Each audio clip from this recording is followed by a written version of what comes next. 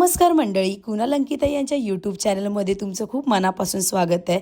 तर आम्ही आलो होतो जेजुरीमध्ये आणि आम्हाला पोचेपर्यंत जेजुरी संध्याकाळ झाली, कारण याच्या आधी 4 देवस्थानं पूर्ण करून हे आमचं 5वं देवस्थान आहे जेजुरी, जे संपूर्ण महाराष्ट्राचं कुलदैवत आहे जेजुरी। तिथे आहेत आपले खंडेराव महाराज। साधारण 200 पायऱ्या चढून गेल्यावर मल्हारी मार्तंडाचे म्हणजेच खंडोबांचे दर्शन होते। 9 लाख पायरीचा डोंगर असंही या डोंगराला म्हटलं जातं। जेजुरी मधील हे एक जागृत देवस्थान आहे। सर्व समाजातील लोकांचे हे आराध्य दैवत मानले जाते। जेजुरी गडाच्या पायऱ्या संपूर्ण फॅमिली आम्ही चालत गेलो वरती डोंगरावरती। संध्याकाळचा टाइम होता, खूप सुंदर अशी जेजुरी दिसत होती संध्याकाळच्या टायमाला। आणि ते या जेजुरी गडावरती जागरण गोंधळाचे देखील कार्यक्रम होतात। संध्याकाळचा टाइम होता तरी जेजुरी गडावर भाविकांची प्रचंड गर्दी होती खंडेरावांच्या दर्शनासाठी। आणि त्याच्यामध्ये शनिवार होता, त्यामुळे अजूनच गर्दी होती भाविकांची दर्शनासाठी। आणि काही भाविक स्टेसाठी देखील आलेले, कारण रविवारी सकाळी लवकर उठून खंडेराव महाराजांचं दर्शन घेण्यासाठी। आम्ही शनिवारीच दर्शन घेतलं खंडेराव महाराजांचं, आणि खंडेराव महाराजांचं दर्शन खूप छान प्रकारे झालं। आम्हाला दर्शन घेईपर्यंत संध्याकाळचे 8:30 वाजले।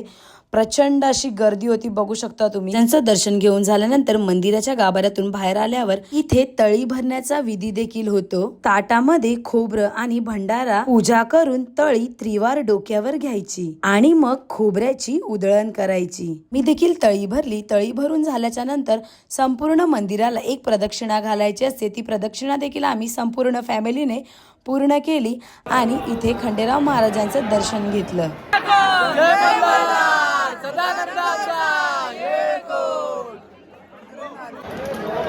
जेजुरी मंदिराच्या कळसाचं काम देखील सुरू आहे। तर मंडळी आम्ही बसलेलो आहे बघा।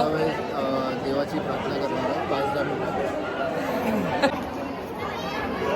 तर मंडळी, हे आहे प्रसिद्ध असं जेजुरीचं खंडेराव महाराजांचं मंदिर। इथल्या श्रद्धेपोटी हजारो लाखोच्या संख्येने भाविक इथे दर्शनासाठी येतात। मनुष्याने जगी राहून कधी बनू नये अविचारी, दर्शन घेऊ चला खंडेराव महाराजांचं, आपण आलोय जेजुरी। तेल जाळा आणि विघ्न टाळा या कल्पनेतून इथे येणारे अनेक भाविक वाटीभर तेल खरेदी करून या अग्नीला समर्पित करतात। भक्तगण संतुष्ट होऊन परत फिरतात। खंडेराव महाराजांचं दर्शन करून आम्ही निघालो परतीच्या प्रवासासाठी। नवीन लग्न झालेले जोडपे त्यांचे जागरण गोंधळाचा कार्यक्रम देखील चालू, पाहू शकता। संपूर्ण गडावरून रात्रीची जेजुरी नगरी कशी लुकलुकते ती तुम्ही पाहू शकता। कशी आहे मग आपली जेजुरी नगरी रात्रीच्या चांदण्याच्या या लख्ख प्रकाशामध्ये। नंतर आम्ही घेतलं बानुबाईचं दर्शन। गड खाली उतरून आम्ही निघालो घरी जाण्यासाठी, आणि घरी जाताना आम्ही जेजुरीचा थोडा प्रसाद देखील घेतला आहे। आणि प्रसाद घेऊन झाला त्यानंतर माझे धीर वारकरी संप्रदायातले असल्यामुळे त्यांची वारीमधली ताई आम्हाला जेजुरी नगरीत भेटायला आली होती। ताईबरोबर थोड्याशा गप्पा केल्या आणि आम्ही निघालो परतीच्या प्रवासासाठी। आम्ही मिसिंग लिंक टनलमधून प्रवास केला। खूप छान असा मिसिंग लिंक टनल आहे, बघू शकता। प्रचंड असा उजेड, आणि या मिसिंग टनलमधून प्रवास करताना खूप छान वाटत होतं। बरीच लोक इथे फोटो सेल्फी घेण्यासाठी देखील थांबलेले, आणि त्यांनी गर्दी देखील केली होती या मिसिंग लिंक टनमध्ये फोटो आणि सेल्फीज घेण्यासाठी। आमचा 2 दिवसाचा देवदर्शनाचा प्रवास कधी संपला समजलंच नाही। या 2 दिवसात आम्ही 5 देवस्थानं केली। पहिलं म्हणजे पंढरपूर, दुसरं अक्कलकोट, तिसरं तुळजापूर, चौथं येडेश्वरी, आणि 5वं आणि लास्ट जेजुरी। मनात जर देवाला भेटायची ओढ असेल ना, तर देव आपल्या भक्तांना समोरून देवाच्या दर्शनासाठी बोलवून घेतो। देवाच्या दर्शनाला जायला काळ वेळ बघायला नाही लागत। मनात श्रद्धा, भाव आणि भक्ती असेल ना, तर आपली इच्छा आणि आपल्याला जाण्याचा मार्ग देखील सापडतो, आणि आपण केलेले प्लॅन देखील सक्सेस होतात। तर तुम्ही पण जा तुमच्या फॅमिलीसोबत असेच देवदर्शनाला।